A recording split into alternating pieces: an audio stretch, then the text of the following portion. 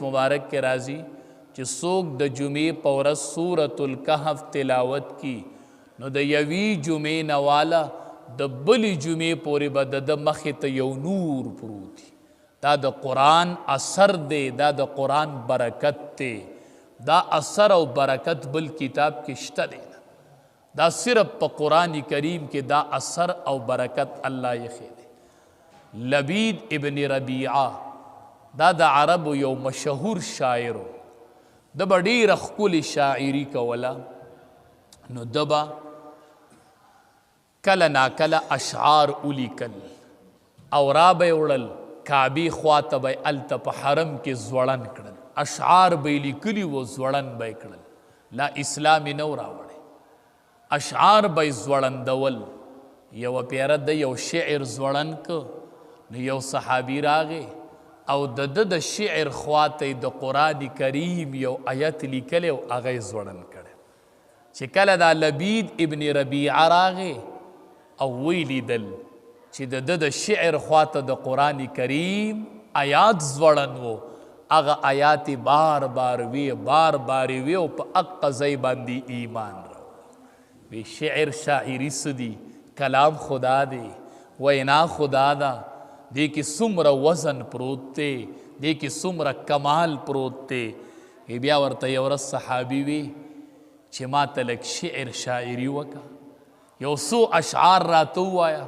بیا هغه ورته وی چې د کمې ورځې نه مې سوره بقره، سوره عمران چې دا مې ویلي دي، نو د هغې نه ورځې نه پس زما د شاعرۍ خوند ورک شوی دی، بیا ما شاعري نه ده کړې. بیا زه اشعار نه وامه چې ما سوره بقره، سوره آل عمران ویلی دي، نو بیا د شاعرۍ خوند ورک شوی دی.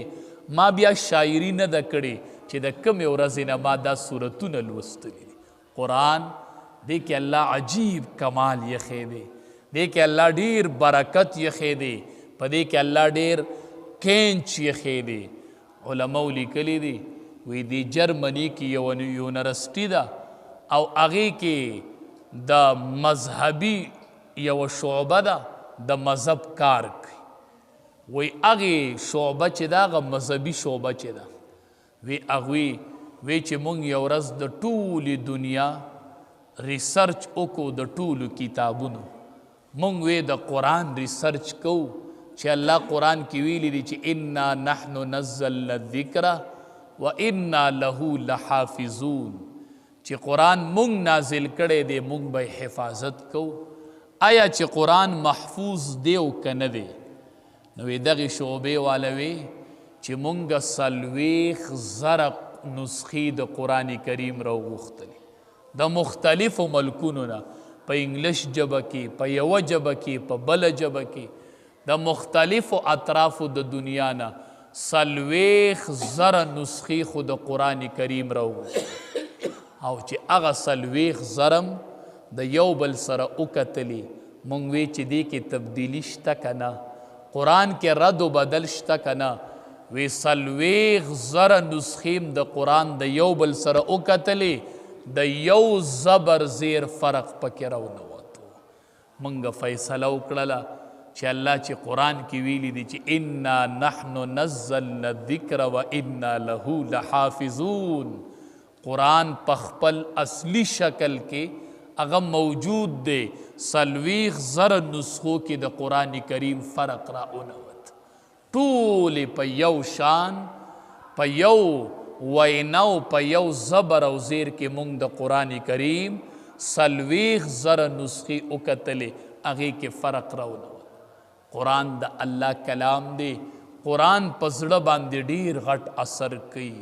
د قرآن کریم تلاوت ډېر زیات کو. احادیث مبارکو کې راځي عمر فاروق رضی الله تعالی عنه د دواړو جهانو سردار د قتل په اراده روان شو. وی زمه چې د دواړو جهانو سردار قتل، لار کې چې صحابي تپوس کوي څه کوي؟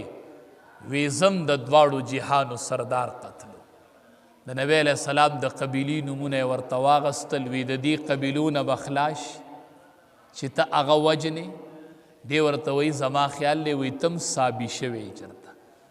هغه ورته وایي اول دې د خپل کور د خور د کور حالت معلوم کا، د اوخي حالت تی معلوم کا، بیا لاړ شه نبی علیہ السلام قتل. اغي ایمان راوړی دی.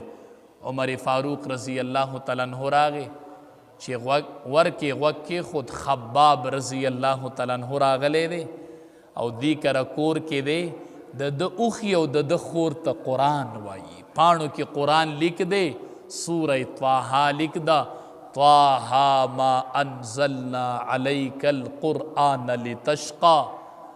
سورہ طه په پاڼو باندې لیک دا چې عمر فاروق رضی الله تعالی عنہ آواز ورک، خباب رضی الله تعالی عنہ پټ. عمر فاروق رضی الله تعالی عنہ را دند شو. وخی توای تا بل دین قبول کړي دی.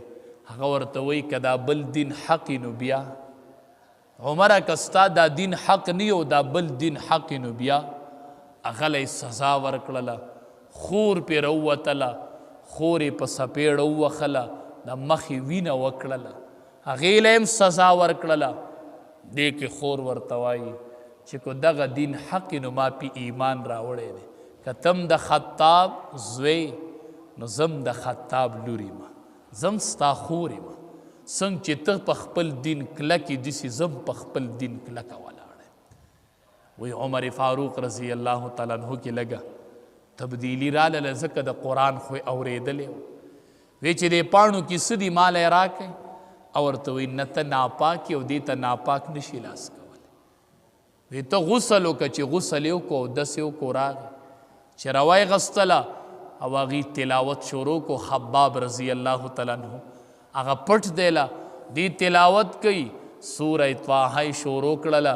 وی چې دې ځای ته ورسېد، اننی انا الله لا اله الا الله انا فاعبدنی اننی انا الله، زه الله یم او زما عبادت پکئ. وی چې دا آیات یې واورېدو، عمر فاروق رضی الله تعالی عنہ حالت بدل شو.